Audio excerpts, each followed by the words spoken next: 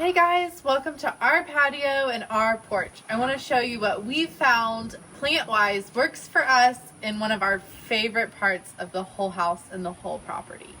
We are in Central Texas, and so we need heat tolerant and cold or semi-freezing tolerant for the winter time.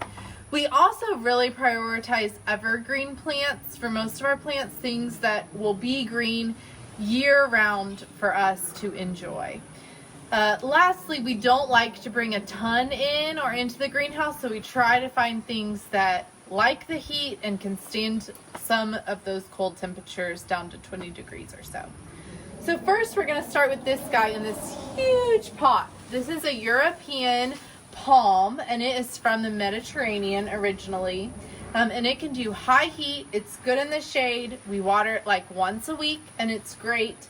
And it can also go down to about 10 degrees in the pot, or if you plant it in the ground, it can go down to about negative 10 degrees. So this is great for our outside courtyard coming in, and we love it. The grasshoppers do eat it a little bit, but you know, our chickens will eat the grasshoppers soon enough. Then we just have some elephant ear bulbs. These die in the winter and then come back every spring. Lastly, in the front of our house, we have a lot more plans for this, but we have our lavender bushes. Lavender is great to plant in Texas and in Central Texas. It can handle the cold, it can handle the heat, and it gets these beautiful purple blooms. Plus, you can like do things with lavender, you know, make a cocktail, make a syrup, all that kind of stuff.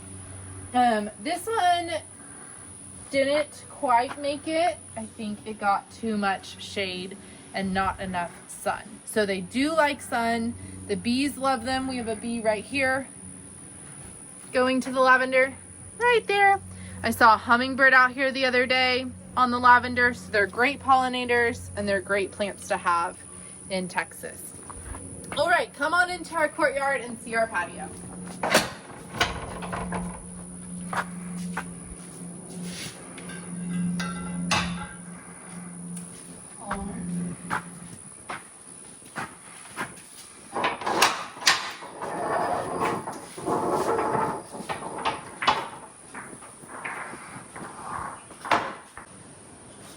This guy is a Garcinia marginata. Say that 3 times fast. Oh my word.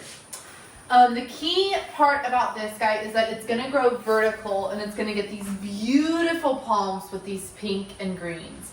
Now, this cannot take direct sunlight, like at all. It will burn it and die. And so it either needs to be a house plant or outside like we have it in this super shady corner. This was perfect for this corner because this corner does not see the sun, and it was just an empty space with cobwebs growing, you know, bugs would just like center around here, and we had nothing eye-catching in this corner. So this plant has been great. We water it about once a week. It's fantastic. The only thing I will say is it can handle the heat in the shade, but it needs to come inside in the winter. So we do bring this guy in, and it becomes a house plant in the winter. All right, over here we have our asparagus ferns. We've got 2 on each side. I love these guys. They can go in pots or in the ground. And they are heat tolerant. They like a lot of water, but they're okay if you don't water them from time to time. And the big thing is if you cut, these are a bulb in there, and so if you cut all this back in the winter, it won't freeze and it won't kill the root system. And so this plant will come back bigger and stronger year after year if you cut it back in the winter. These are great to plant around a tree, in the ground, or in ground, but also beautiful in pots. And again, green, green, green, except for in the winter. This guy's a garden crouton.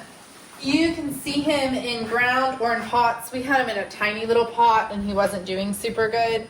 So we're trying to revive him. So we'll see on that one, but he's beautiful as well. We've got our rosemary. This one has seen better days as well, but it's starting to come back. I see little green buds down there. We had this in a pot with very little drainage, and so it was getting oversaturated in water and not able to dry out. So we're hoping to revive it in this pot. But Smells delicious, and it's a good bug repellent. So we love our rosemary. Over here, I've just got a little succulent.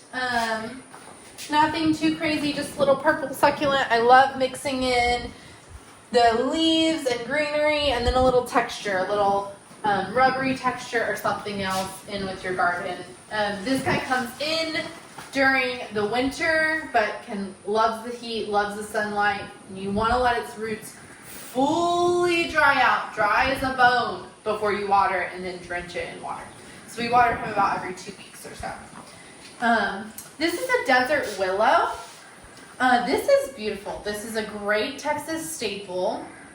This can go in high heat and can be in the cold. It will stay on our patio year round. And then it gets beautiful pink flowers in the spring and the summer. The buds are about to show up. There's little buds trying to come out hopefully soon. And this can either be planted in a pot like we have it here or in the ground. Either one is great. But we wanted big, substantial things on our patio to make it feel like we were in a greenhouse or in a garden oasis. And so this is fun. And it's kind of shading our tortoise habitat here. Now onto our palmetto. There's actually Palmetto State Park right down the road from us that is famous for natural growing huge palmettos. So this is just a big fan-like, I don't know, cactus-y thing, but not super pokey. It gets big, grows new fans like it's growing a new one here, and it's got a new shoot coming up. It's great. Can stand high heat, doesn't need a ton of water. We water it about once a week. Once every, it could probably go every 2 weeks, but we like ours to grow, so we water it once a week. And then we do take ours in during the winter so that it doesn't freeze. These do grow in the ground in Texas, so in the ground it might be a little bit better, but we always risk a chance where if the freezing water or rain clings to the leaf, right, that's why they say cover your plants, because it's not necessarily the temperature, it's that killing the leaf, that freeze gripping it.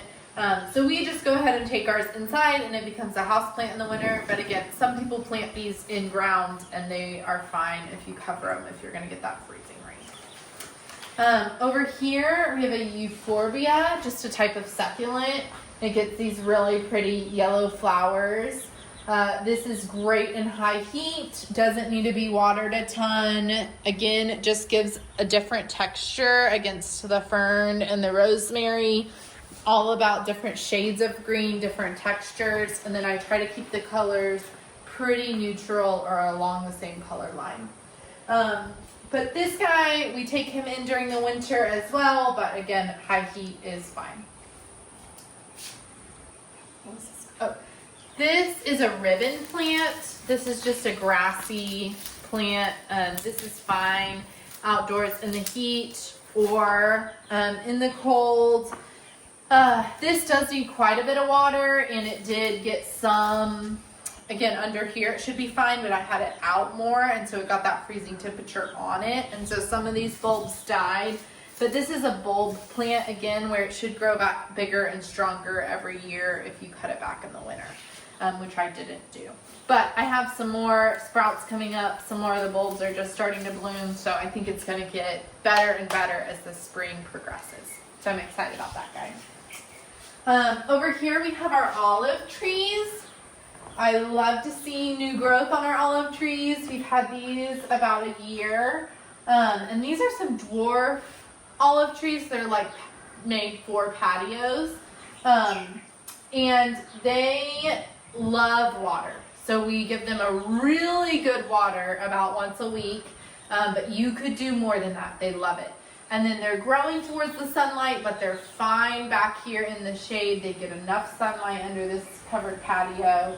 And yeah, they're pretty, and we're hoping that they'll be tall and shaped up and kind of frame this space a little bit more. So that's really exciting. Over here we have a leopard plant. We are constantly looking at options for what can sustain the heat and the cold. And we had taken a lot of our house plants in this past, or like patio plants in this past winter, which is fine. Our house looks beautiful, but then our patio looks kind of bare and naked. So we were actually eating at a restaurant in the dead of winter. It was freezing cold and their patio looked beautiful. And so we were like, what do they have planted out there? And they had this leopard plant. They had some in the ground and they had some in pots. And so we immediately grabbed a leopard plant pot. Right now this gets quite a bit of morning sun, and then it gets the afternoon and evening shade, and it seems to be doing great. We've had this for, I don't know, about 4 months now, and it's been awesome. We water, everything gets watered like once a week, and then some things get a little extra drink, but this just gets watered really, really good once a week, and it seems to be doing great. Same story with this. That restaurant had magnolia trees in pots, and it made their patio so beautiful. So we immediately went out and grabbed a magnolia tree. This is a dwarf variety, and so it's made to be in a pot or in a smaller area. It's not going to be the magnolia tree that gets huge, huge, huge like the beautiful ones you see in Tennessee. But it's been great. We've got some new growth coming on it. We've got some buds. And again, we love to do the height and the texture and different shades of green. And this has been a really fun addition to our patio. All right, we're getting to the end here. We've got some chicks off of our patio too.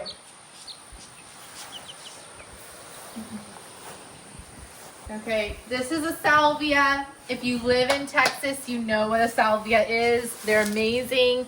They're deer resistant. They come with different colored flowers. This is red, obviously, but you can get pink or white, I think, are the other options. We have got a white salvia over there in the ground.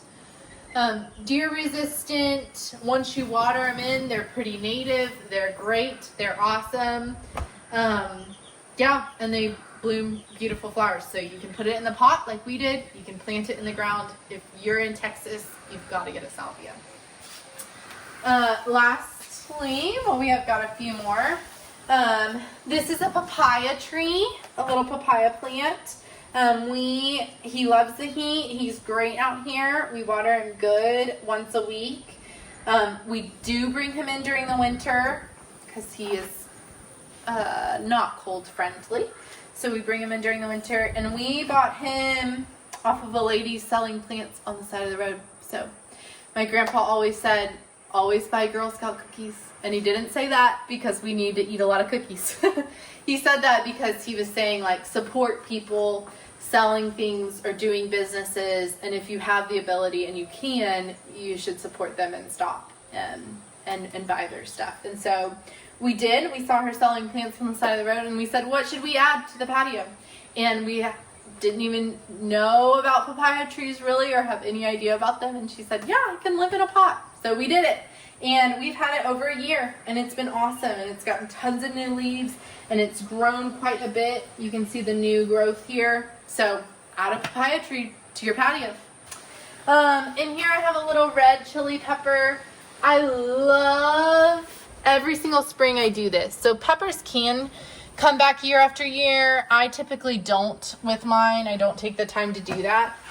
But I love adding a little ornamental pepper that you can also eat, like a little serrano or a little red chili pepper or some of those little like hot habanero peppers to your garden, because they grow like crazy in the spring and summer. They get really, this guy will get really big here.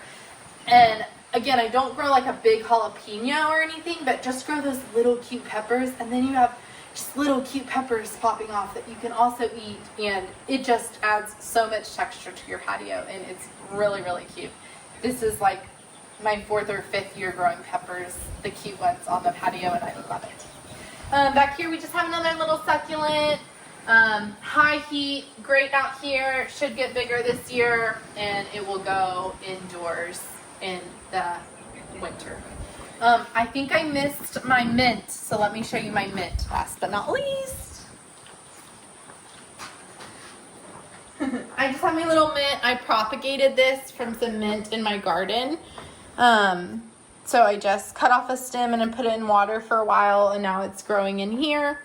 But mint, it just smells so good. I love adding mint in cocktails or in recipes. It's great to have on your patio because it's a little bit natural pest and bug repellent. But mint takes a ton of water and it will grow like crazy. So if you put it in a pot with something else, it may not like that, but it will do great in a pot by itself, and it'll fill this out in no time. So thanks for watching my patio plants. If you have a favorite plant that you love on your patio, let me know. I always like trying new things and testing it out. But yeah, this is a labor of love for my husband and I. We sit out here pretty much every day, especially in the spring, and we just love that this is a little oasis for us, full of plants and all that good stuff. So thanks, guys.